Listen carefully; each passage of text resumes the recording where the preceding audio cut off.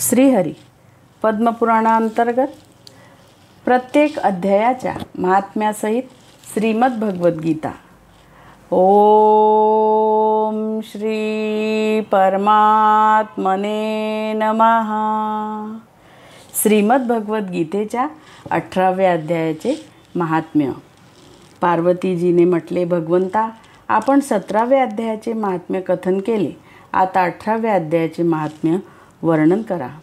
श्री महादेवजी म्हटले, गिरिकुमारी, चैतन्यमयी आनंदाचा वर्षाव करणाऱ्या, ज्याचे महात्म्य वेदापेक्षाही उत्तम आहे, अशा गीतेच्या 18व्या अध्यायाचे महात्म्य श्रवण करा। हे सर्व शास्त्राचे सार कानात पडणाऱ्या अमृताप्रमाणे तसेच संसारातील यातना छिन्न विछिन्न करणारे आहे। सिद्ध पुरुषासाठी हे परमरहस्य आहे। यामध्ये अविद्येचा नाश करण्याचे पूर्ण सामर्थ्य आहे। हे भगवान विष्णूचे चैतन्य आणि सर्वश्रेष्ठ परमपद आहे। इतकेच नाही तर हे विवेकमयी वेलीचे मूळ, काम, क्रोध आणि मद नष्ट करणारे इंद्र इत्यादी देवतांच्या मनाचे विश्राम मंदिर, तसेच सनक, सनंदन इत्यादी महायोग्यांचे मनोरंजन करणारे आहे। याच्या पठणाने यमदूतांची गर्जना बंद होते। हे पार्वती, यापेक्षा अधिक मोठा कोणताही रहस्यमय उपदेश नाही, जो संतप्त मानवाच्या त्रिविध तापाचे हरण करणारा आणि महान पातकांचा नाश करणारा आहे। गीतेच्या 18व्या अध्यायाचे महात्म्य फार लोकोत्तर आहे। याविषयी जी पवित्र कथा आहे ती भक्तिपूर्वक श्रवण कर। तिच्या श्रवणाने प्राणी संपूर्ण पातकांपासून मुक्त होतात। मेरू पर्वताच्या शिखरावर अमरावती नावाची एक रमणीय नगरी आहे। ती पूर्वीच्या काळी बनवलेली होती। त्या नगरीमध्ये देवलोकासमवेत इंद्र सचीसह निवास करीत होते।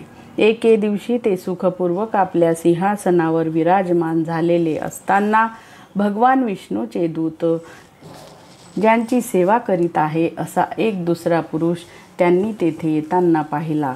इंद्र त्या नव्यानेच आलेल्या पुरुषाच्या तेजाने अपमानित होऊन एकदम आपल्या रत्नजडित सिंहासनावरून खाली पडले। तेव्हा इंद्राच्या सेवकांनी देवलोकाच्या साम्राज्याचा मुकुट ह्या नवीन इंद्राच्या मस्तकावर ठेवला। मग दिव्य गाणी म्हणत देवांगनासमवेत सर्व देवता त्यांना आरती करू लागले। ऋषींनी वेदमंत्राचे उच्चार करीत त्यांना अनेक आशीर्वाद दिले। गंधर्व ललित स्वरामध्ये मंगल गायन करू लागले। अशा प्रकारे या नवीन इंद्राला 100 यज्ञाचे अनुष्ठान केल्याशिवायच निरनिराळ्या प्रकारची पूजा ग्रहण करीत असताना पाहून पुरातन अगोदरच्या इंद्राला फार आश्चर्य वाटले।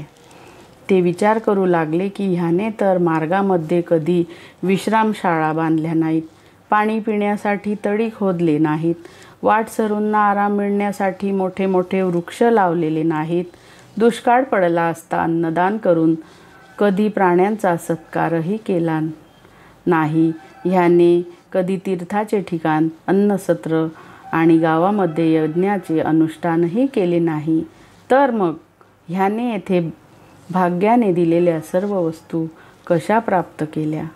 अशा चिंतेने व्याकुळ होऊन इंद्र भगवान विष्णूला याचे कारण विचारण्यासाठी प्रेमपूर्वक क्षीरसमुद्राच्या किनाऱ्यावर गेले आणि तेथे आपण अकस्मात साम्राज्य भ्रष्ट झाल्याचे दुःख प्रकट करीत म्हणाले, हे लक्ष्मीकांत, मी पूर्वीच्या काळी आपल्या प्रसन्नतेसाठी आपणाला प्रसन्न होण्यासाठी 100 यज्ञाचे अनुष्ठान केले होते। त्याच्या पुण्यप्रभावाने मला इंद्रपद प्राप्त झाले होते, परंतु यावेळी कोणी दुसराच इंद्र स्वर्गामध्ये अधिकार बळकावून बसला आहे। त्याने तर कधीही धर्माचे अथवा यज्ञाचे अनुष्ठान केलेले नाही। मग त्याने माझ्या दिव्य सिंहासनावर अधिकार कसा मिळविला? श्री भगवान म्हणाले, हे इंद्रा, तो गीतेच्या 18व्या अध्यायातील 5 श्लोकांचे दररोज पठन करतो। त्याच पुण्यप्रभावाने त्याने तुमचे उत्तम साम्राज्य प्राप्त केले आहे. गीतेच्या 18व्या अध्यायाचे पठन हे सर्व पुण्याचे मुकुटमणी आहे. त्याचा आश्रय घेऊन तुम्हीही आपल्या पदावर स्थिर होऊ शकता. भगवान विष्णूचे हे वचन ऐकून आणि तो उत्तम उपाय समजून घेऊन ब्राह्मणाचा वेश धारण करून इंद्र गोदावरी नदीच्या किनारी गेले. तेथे काळाचेही मर्दन करणारे भगवान कालेश्वर विराजमान झालेले आहेत. त्याच गोदावरी नदीच्या तीरावर एक परम धर्मात्मा ब्राह्मण बसलेले होते. ते फार दयाळू आणि वेदशास्त्र पारंगत असे विद्वान होते. त्यांनी आपल्या मनाला वश केले होते आणि दररोज गीतेच्या 18व्या अध्यायाचे अध्ययन करीत होते. त्यांना पाहून इंद्राने मोठ्या प्रसन्नतापूर्वक त्यांच्या चरणकमलावर आपले मस्तक ठेवले आणि त्यांच्याकडून गीतेच्या 18व्या अध्यायाचे पठन केले. त्याच्या पुण्याईमुळे त्यांना श्री विष्णूच्या सायुज्यपदाची प्राप्ती झाली. इंद्रदेवाचे पद फार कनिष्ठ आहे असे जाणून परमानंदाने ते उत्तम वैकुंठधाम परत गेले. असो, म्हणूनच हा अध्याय मुनिजनासाठी श्रेष्ठ असे परमतत्व आहे. हे पार्वती, 18व्या अध्यायाच्या दिव्य महात्म्याचे हे वर्णन संपूर्ण झाले. ह्याच्या श्रवण मात्रे करून सर्व प्रकारच्या पातकापासून मुक्त होतो. अशा प्रकारे संपूर्ण गीतेचे पापनाशक महात्म्य सांगितले गेले आहे. महाभागे, जो पुरुष श्रद्धेने हे महात्म्य श्रवण करतो तो सर्व यज्ञाचे फल प्राप्त करून अंतकाळी श्री विष्णूचे सायुज्यपद प्राप्त करतो. धन्यवाद.